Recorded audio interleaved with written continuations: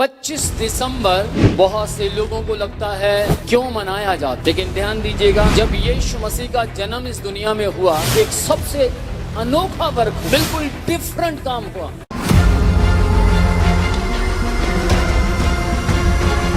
Praise the Lord. Christmas शब्द का मतलब क्या है? क्रिसमस एक ऐसा शब्द है जिसमें दो वर्ड छिपे हुए हैं, क्राइस्ट और मस। क्राइस्ट का मतलब है मसीह, मस का मतलब MAS, MAS का मतलब क्या है? बलिदान। यीशु मसीह ने हमारे लिए बलिदान दिया है।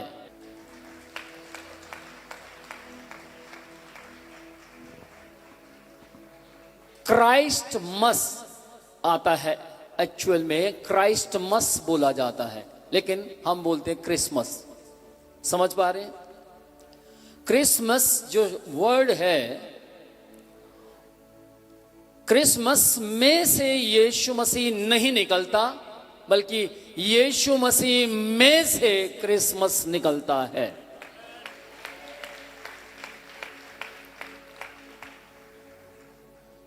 मस का मतलब है मसीह के बलिदान को याद करना, स्मरण करना। हमें हमेशा यीशु मसीह की याद रहे, इसलिए हम सब क्रिसमस मनाते हैं। या फिर क्रिसमस को आप, मस को आप ये भी कह सकते हैं, मसीह के आगमन की याद करना, कि मसीह आएगा, दोबारा आएगा। कुछ ऐसी बातें जो आज तक आपके चित्त में कभी नहीं चढ़ी, आज चढ़ जाएंगी। आपको काफी चीजें यूनिक आपको पता लगेंगी। आमीन का मतलब तो सबको पता है ना? कितने लोगों को पता है? तो ऊंची आवाज में बोलो, आमीन का मतलब क्या है? जी हां, ऐसा ही हो। जैसे ही मैंने आपसे कहा कि आपके खाली हाथ भरने जा रहे हैं, आप में से बहुतों ने बोला आमीन, यानी कि ऐसा ही हो जाएगा। फिर मैंने आप लोगों को बोला कि वेस्ट मनी जो शब्द है आपके भविष्य से खत्म हो जाए, आपने बोला आमीन। और मैं आपको बोलना चाहता हूं, ऐसा ही होता हुआ आपको 2026 में दिखाई देगा। लूका 2 अध्याय के 10 और 11 आयत में परमेश्वर का वचन क्या कहता है?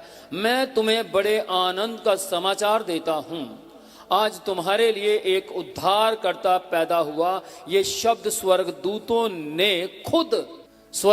ने ये खुद धरती पर उतरकर कहा, मैं तुम्हें एक समाचार देता हूं और ये बड़े आनंद की बात समझी जाए, ये तुम्हारे लिए आनंद का दिन माना जाए। ये कौन कह रहा है? स्वर्गदूत। ये तुम्हारे लिए एक आनंद की बात, आनंद का समाचार है। और समाचार मिट सकता है, लेकिन ध्यान दीजिएगा, सुसमाचार कभी मिट नहीं सकता। स्वर्गदूत ने आकर कहा कि ये तुम्हारे लिए एक सुसमाचार है कि एक उद्धारकर्ता इस धरती के ऊपर कवारी औरत के जरिए पैदा होने पर है।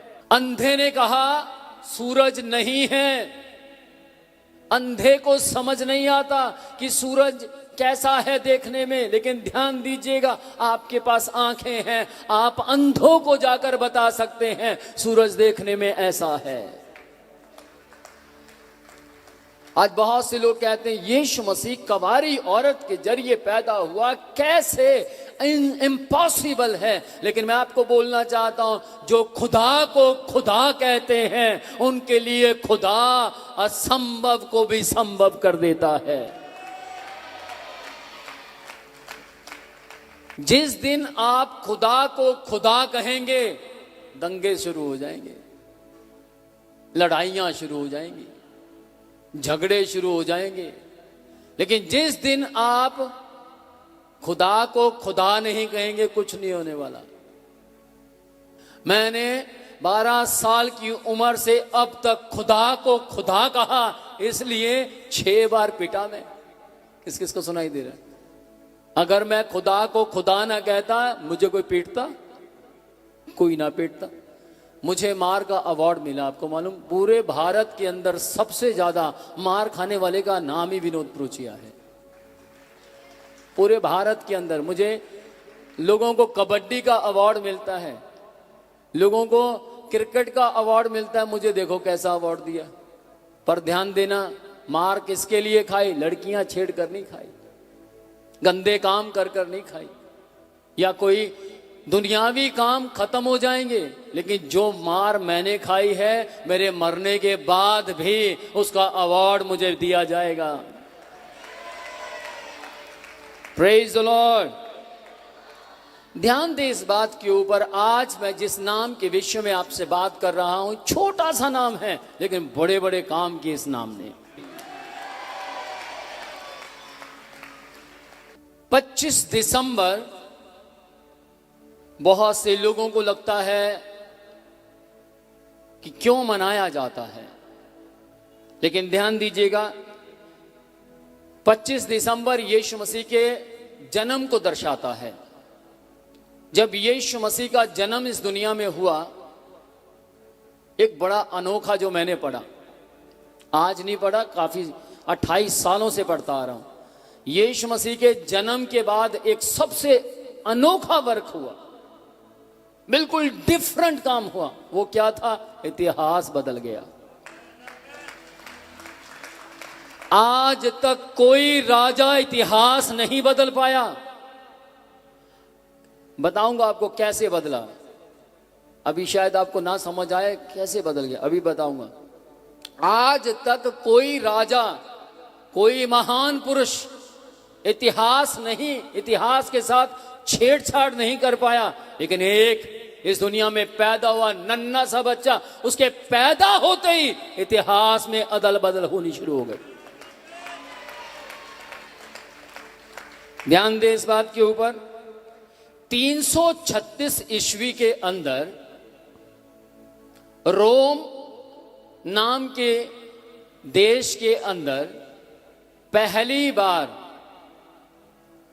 यीशु मसीह के जन्मदिन को मनाया गया। 336 ईस्वी की बात कर रहा हूं, अगर मैं गलत हूं आप गूगल सर्च कर सकते, उसमें आ जाएगा।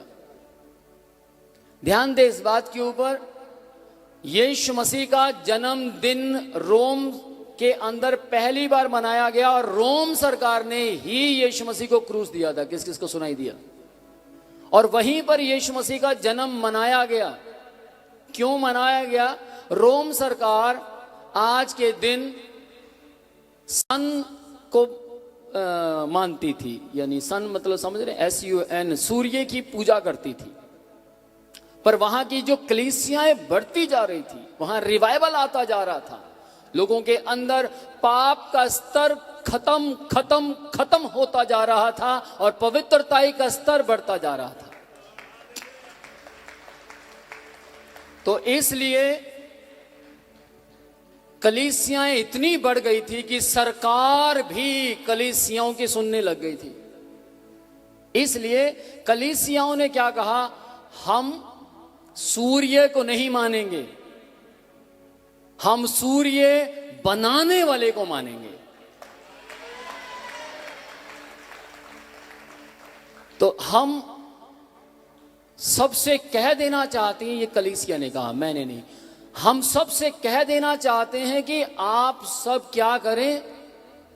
उसकी आराधना करें जिसने खुद कहा मैं ज्योति हूं। यूहन्ना 8वां अध्याय उसकी 12वीं आयत में यीशु मसीह ने कहा मैं जगत की ज्योति हूं। वो संसार की ज्योति है, रोशनी। सूरज जो है वो संसार की रोशनी नहीं है। रोशनी का मतलब क्या होता है? रोशनी का मतलब होता है जब रोशनी आती है तो अंधेरा चला जाता है। जब यीशु मसीह मेरे जीवन में आया तो पाप खत्म हो गया। जब यीशु मसीह एक गैंगस्टर के जीवन में आता है तो वो गैंगस्टर अपना जिंदगी, अपने जीवन को, बुरे जीवन को छोड़कर सही जीवन में आता है। इसी को बोलते हैं ज्योति, प्रकाश। आज बहुत से लोग कहते हैं रिवाइवल आ रहा है, 10 लाख लोग बैठे हैं, लोग कहते हैं ये रिवाइवल है। लेकिन मैं आपको बोलना चाहता हूं, 10 लाख छोड़िए, 20 लाख, 23,000 लाख लोग भी बैठ जाएं, वो रिवाइवल नहीं है। रिवाइवल का मतलब क्या होता है? जब पाप का स्तर गिरावट में आ जाए, जब अंधकार की शक्तियां गिरावट में आ जाएं, जब चोर लुटेरे जिनको हम ढूंढना चाहें ना मिले, उसको बोलते हैं रिवाइवल। रोम सरकार कहती है 336 ईस्वी के अंदर रोम सरकार को चोर मिलने मुश्किल हो गए थे, गैंगस्टर बनने बंद हो गए थे। तो रोम सरकार ने क्या किया कि जो मसीह को मानने वाले कहते हैं वो करना शुरू करो, क्योंकि हमारा देश आशीषित हो रहा है।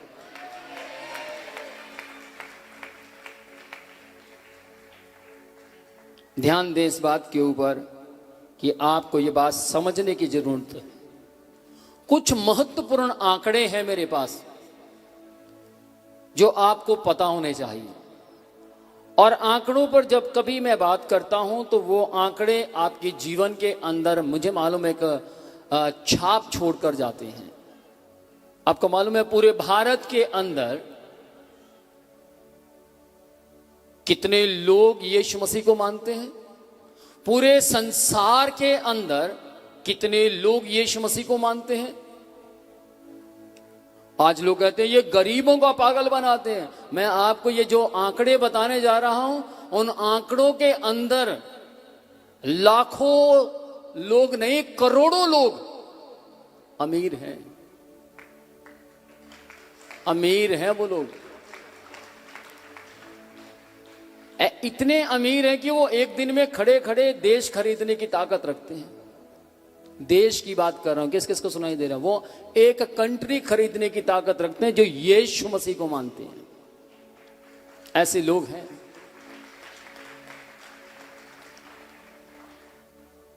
मैं थोड़ा सा वहीं पर आता हूं जहां पर मैं आपसे बात कर रहा था कि जब यीशु मसीह का जन्म हुआ, इतिहास हिल गया। जब यीशु मसीह का जन्म हुआ, एडी और बीसी आ गई थी। एडी और बीसी क्या है? बिफोर क्राइस्ट, यीशु मसीह के आने से पहले। समझ पा रहे हैं? ध्यान दें, बीसी एडी के कैलेंडर आज सिर्फ वहां नहीं जहां यीशु मसीह पैदा हुए थे, बल्कि पूरे संसार के अंदर यह चलता है।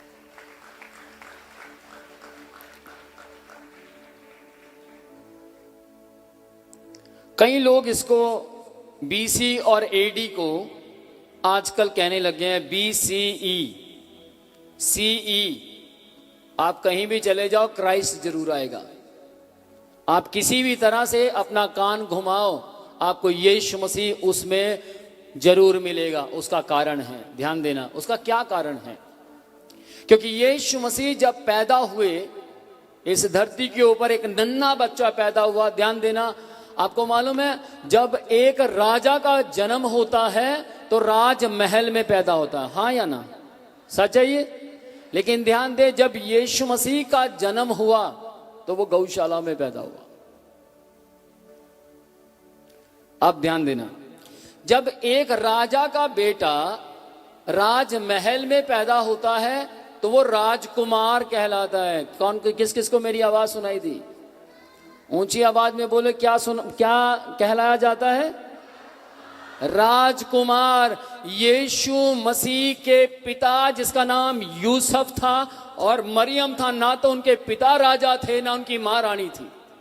लेकिन फिर भी बाइबल कहती है जब यीशु मसीह पैदा हुए तो क्या पैदा होने से पहले चरवाहे आए, और पैदा होने से पहले चरवाहों को यानी जो मजूसी थे उन्हें तारे दिखाई दिए। तारे सुनाई दिया किसी को? तारे रास्ता दिखा रहे थे, तारे रास्ता दिखा रहे थे। और ध्यान दीजिएगा, चरवाहे वहां, स्वर्गदूत यहां पर राजा को मिलने नहीं गए, स्वर्गदूत यहां पर किसी और ऊंची पदवी के व्यक्ति को मिलने नहीं गए, लेकिन उसको मिलने गए जिसकी कोख में यीशु मसीह पैदा होने वाला था।